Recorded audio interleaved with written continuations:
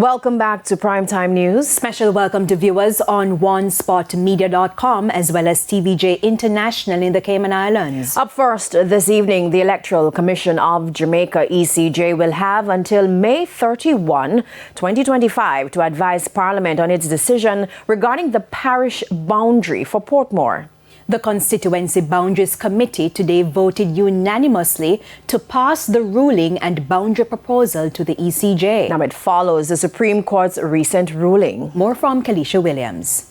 Chairman of the Constituency Boundaries Committee, Juliet Holness, made it clear that the committee had one job Tuesday morning.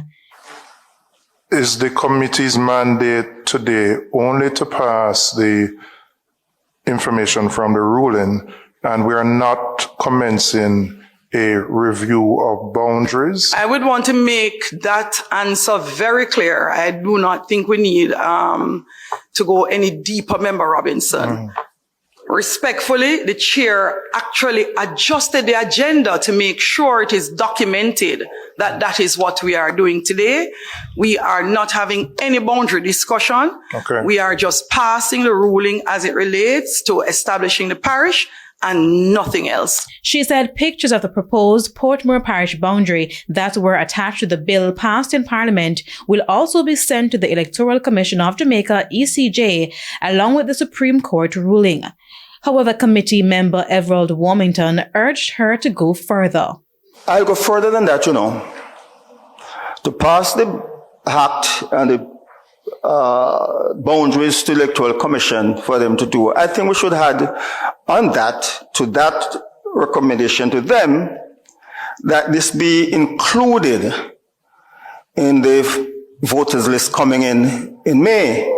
That proposal was rejected. Now, it all came after the opposition filed a lawsuit stating that the proposed boundary would be a breach of the Constitution due to some communities crossing parish boundaries. So the Chief Justice ruled that the government cannot proceed with the declaration until it complies with the provisions of Section 67 of the Constitution. And so, in passing on the ruling, the committee has given the ECJ a May 31 deadline. That they return to us by May 31st, an indication of what they've decided and exactly what they're doing. So as a parliament, we are informed and we move forward from there. That aside, Attorney General Derek McCoy made it clear that the ECJ's role is advisory and Parliament will have the final say. But the Commission's responsibility is just to advise first this committee, and this committee will then recommend to Parliament. So the function, I make the point that you're deferring so often to the Electoral Commission, but you defer to it to advise you, and you will accept or reject the advice it gives. Kalisha Williams, TVJ News. An opposition